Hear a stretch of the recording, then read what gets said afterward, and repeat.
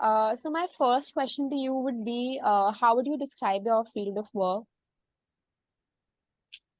I have worked as a special educator and a counselor in special schools, in inclusive schools, and in schools which have um, a special center in inclusive school. All right, Three types of different settings. all right. I also heard that you set up the special needs department at my school, that is Sanskriti. So what led to your success story? Wow. Okay, I didn't realize you're from Sanskriti. That's good to know, Prakriti. Yes, I was with the team which was initially starting up the special center there with the Bitty Oberoi ma'am.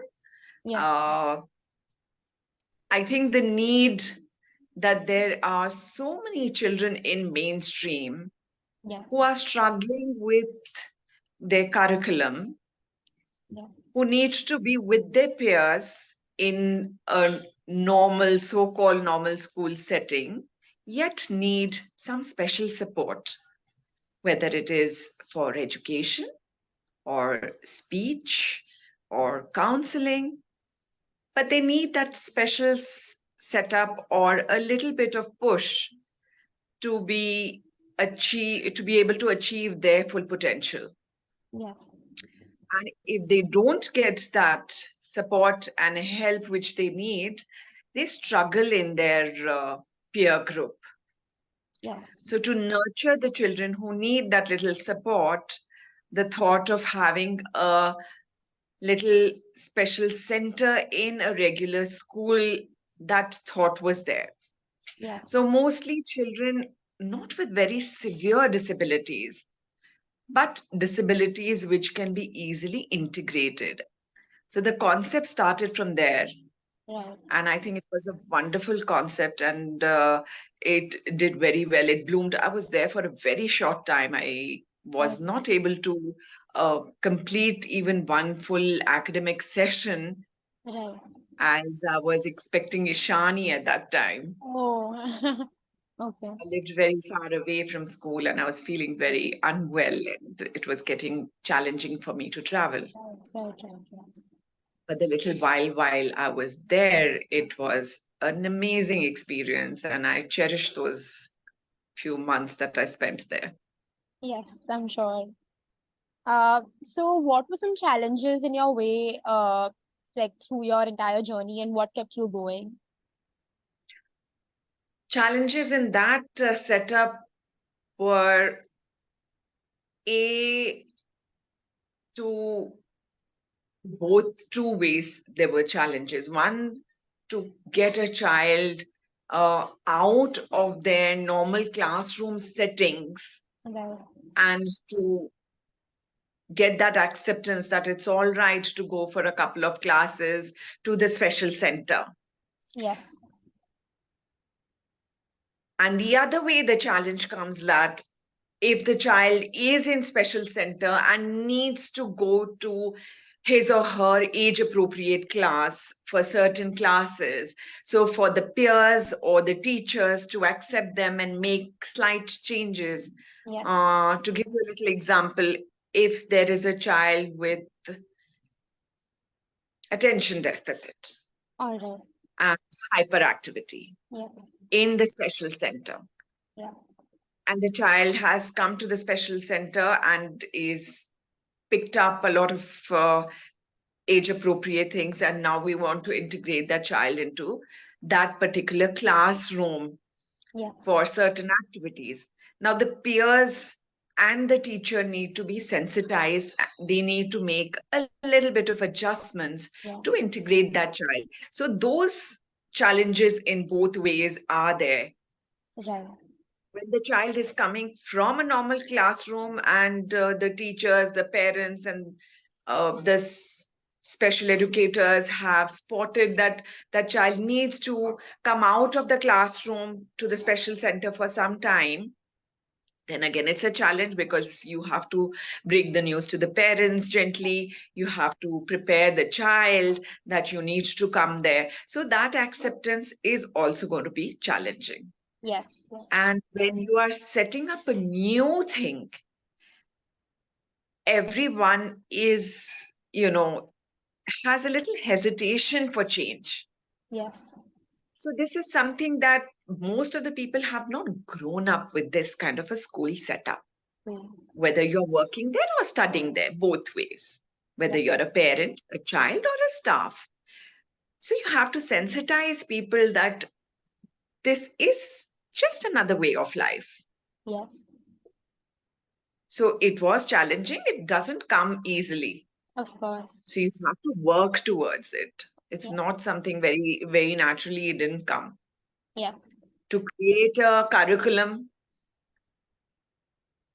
so you need to create a curriculum that will fit the size of the child. Right. So, the all children, whatever abilities, whatever disabilities, they are like sponges and ready to grasp things. Yeah. But there is no tailor-made system for each child, right? You've got to create it. Yeah. So to create a curriculum which will fit that child, Yeah. so that we are able to get the full potential of that child. Yeah. So that creation also was a challenge. All right. And through all of this, what kept you going, uh, despite all these challenges that you face? I think seeing the positive changes, the smiles on the children's faces, Yes. that is the most strongest driving force in doing anything and everything. Yeah. You are ready to fight for that smile. You are ready to fight with the system. Yeah. And for me, like I was expecting and I was sick. I was ready to, drive 20 kilometers to come to the school, to Yeah. be there. So that's one smile that you get from the child, and to see any small positive thing. If I saw that, oh my goodness, today my child with who is in a autism spectrum has said couple of words, it was like Yeah. it just brings so much positivity into your day. You are ready to do anything and everything for that. That's great. Yeah. So what are your top 3 ethical values when it comes to professional ethics?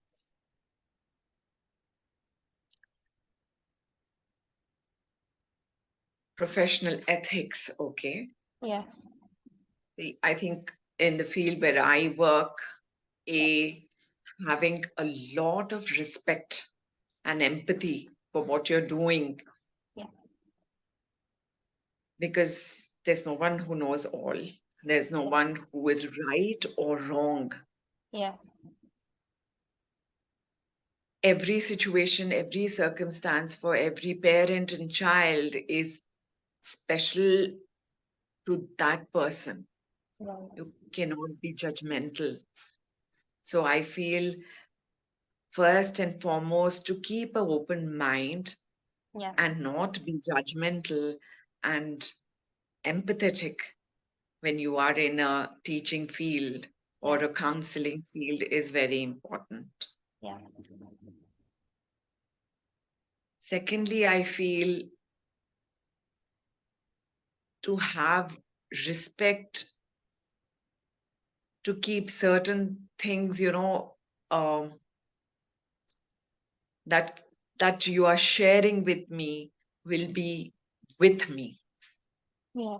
So in counseling and in teaching, the child, the parents are sharing so much with you. They are confiding in you. Yeah. So that trust that they give, they're giving you their most special, their most treasured thing in life, their own child, Yeah. for so many hours. So that trust should never be breached. Yeah. And thirdly, I think you have to have um, an ethic to work with your peers, because Yeah. this is something you cannot do in isolation. Right. So I need the help of all my peers. So my working staff ethic should be great. Yeah. So if I am looking to nurture the child, Yeah. it has to be in combination with all the other staff members.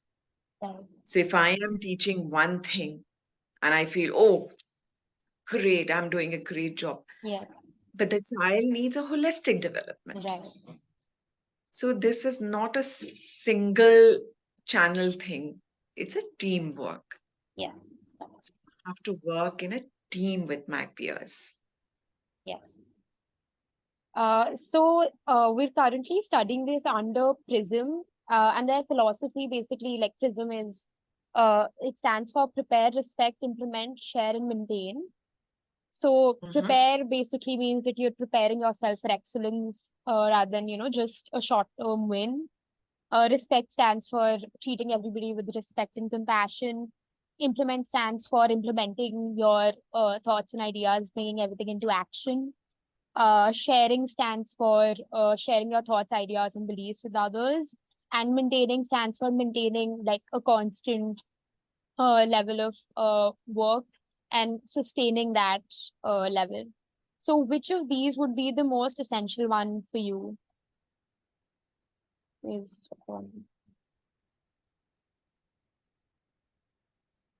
I think you have given a very, very, compiled all the qualities you need to work in a workplace. yeah,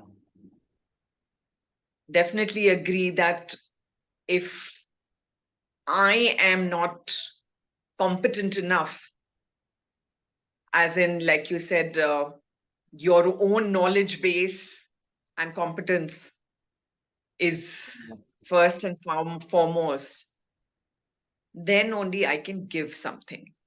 right, So I give importance to uh, what I am. So if I am a good as a educator, so my knowledge base is good in respecting. So I need to work on myself first. right. If I worked on myself, then I can give a good performance. Yes. So I think prepare was the one that, Prepare. yes. Yes, please. All right. That would be it for the list of questions. Thank you so much. I gained a lot of insight into like what goes to your mind when you're working, especially like in such a field, and how you should basically be treating others around you in a professional Thank sense. you. It was good talking to you too. Thank you so much. I'll just pause